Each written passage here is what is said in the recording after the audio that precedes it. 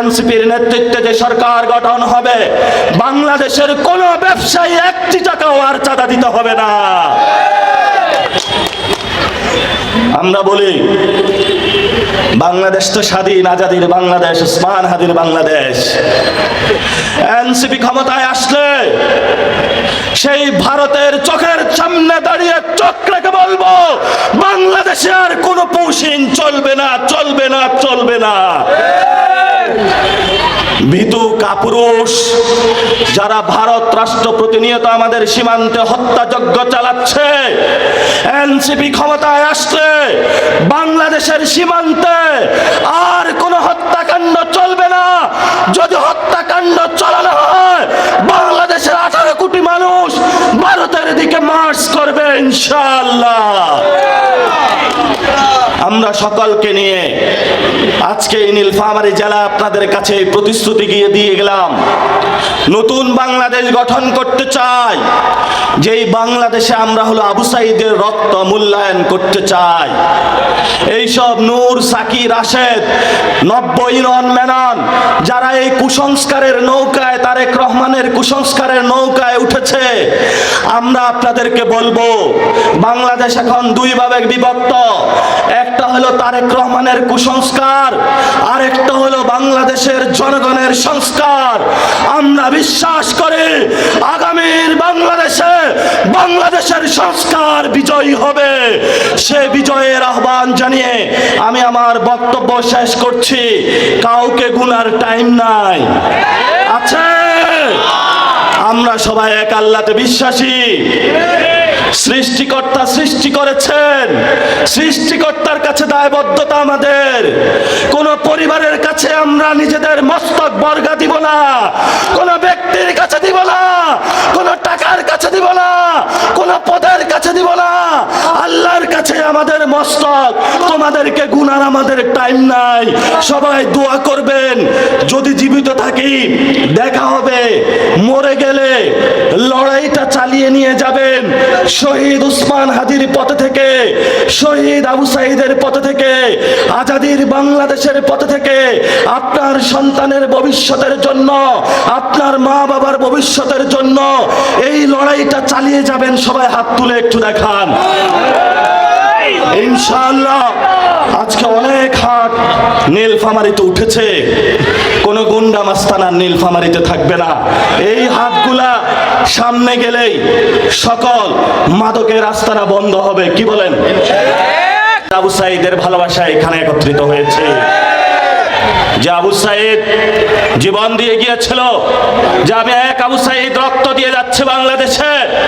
লক্ষ তরুণ শুনে রাখো, হাজারো তরুণ শুনে রাখো, হাজারো নারী শুনে রাখো, আলেম ওলামারা শুনে রাখো, আগামীর বাংলাদেশে আমার রক্তের সাথে যদি তোমরা বেঈমানি না করো, তাহলে অবশ্যই তোমরা বাংলাদেশে সংস্কার বাস্তবায়ন করবে।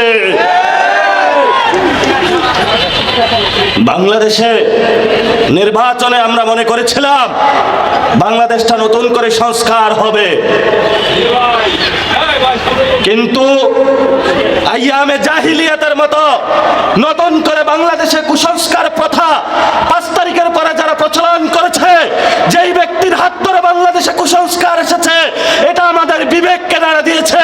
সেই ব্যক্তি হলো জিয়াউর রহমানের ছেলে তারেক রহমানের হাত ধরে। লজ্জা আপনার জন্য। আপনার বাবা বাংলাদেশকে গঠনের জন্য দাঁড়িয়েছিলেন, আপনি বাংলাদেশে হলো মানুষের ভাগ্য চক্রকে নিয়ে খেলছেন। আমার তরুণদের চাকরি নাই, নারীদের স্বাস্থ্য ব্যবস্থা নাই, যারা ছাত্র তারা যখন মাঠে নামে তাদেরকে ব্রয়লার মুরগি বলেন।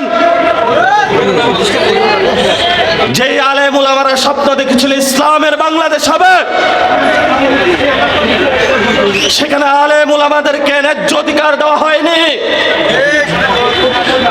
যেই খালেদা জিয়া বলেছিল ওদের হাতে গোলামের জঞ্জির, আমাদের হাতে স্বাধীনতার পতাকা, আর আমরা এখন সেই বেগম খালেদা জিয়ার ছেলের হাতে ভারতের আরএসএস এর পতাকা দেখতে পাচ্ছি। লজ্জা। কথা বললে রাতে ফোন আসে, চুপ করে যাও। আমরা তোমাদের ওইসব রাশেদ খান না যে তোমাদের জুতা টানবো একটা সচিব পোস্টের বিনিময়ে। আমরা সেই নুরুল হক নূর না যেই হলো গণ অভ্যুত্থানকে বিক্রি করে যায় একটা প্রতিমন্ত্রীর কাছে। আমরা সেই জুনায়েদ সাকিনা যে লাল পতাকা বিক্রি করে দেয় প্রতিমন্ত্রীর কাছে। আমরা হলাম শহীদ ওসমান হাদির উত্তরসূরি, যারা জান দিবে জুলাই দিবে না বাংলাদেশে। ইনকিলাব ইনকিলাব। আমরা অনেক আশা ভরসা নিয়ে দাঁড়িয়েছি। আমরা বলেছি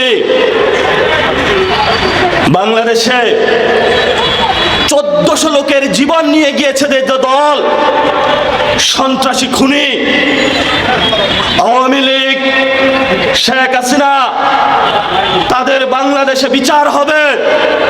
ওবায়দুল কাদের বলেছিল শেখ হাসিনা সরকারের পতন হলে 5 লাখ লোকের হলো কল্লা চলে যাবে। আমরা বলেছি আমরা বিচার বিভাগে বিশ্বাসী। আমরা বিচারালয়ে যা বলে বিচার বিভাগ বাংলাদেশে প্রতিষ্ঠা করতে চাই, যাতে আমাদের আর কোনো আবু সাঈদের মতন কেউ শহীদ না হতে হয়, আর কোনো মায়ের বুক খালি হতে না হয়, আর কোনো আলেম ওলামার রক্ত রঞ্জিত বাংলাদেশ না হতে হয়। সেইখানে এই সরকার এসে বিচার বিভাগের উপরে বৃদ্ধাঙ্গুলি দেখে টাকা পয়সা নিয়ে মামলা বাণিজ্য করে আওয়ামী লীগের সকল খুনিদেরকে থানা থেকে বের করে দিয়েছে। লজ্জা তোমাদের জন্য। তোমরা এত পচে গেছ, এখন কথা বললেই এগুলা থেকে দুর্গন্ধ ছড়ায়।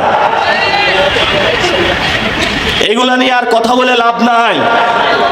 আমরা এখন কি করব সে বিষয়ে আমি কয়েকটা কথা বলে শেষ করব।